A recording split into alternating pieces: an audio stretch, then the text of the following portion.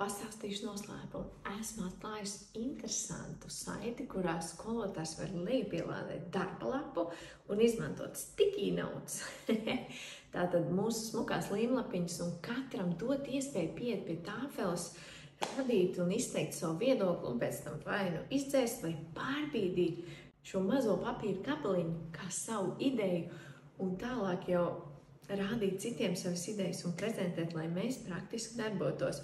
Šo visu es demonstrēšu kursā skolotājiem, pedagogiem, lai ikvienam noder. Un šīs idejas, kur tehnoloģijas palīdz, nevis traucē, jo es zinu, ka mēs spējam satrukoties tad, kad kaut kas nestrādā, bet pacietība un bieži vien šie instrumenti, kas palīdz pavirzīt savādāk, kaut vai apstājamies, ja arī nestrādā, bet parādīt, kā rīki palīdz mūsu ikdienai, ienekumē laiku, netērē papīru un ļauj bērniem praktiski darboties.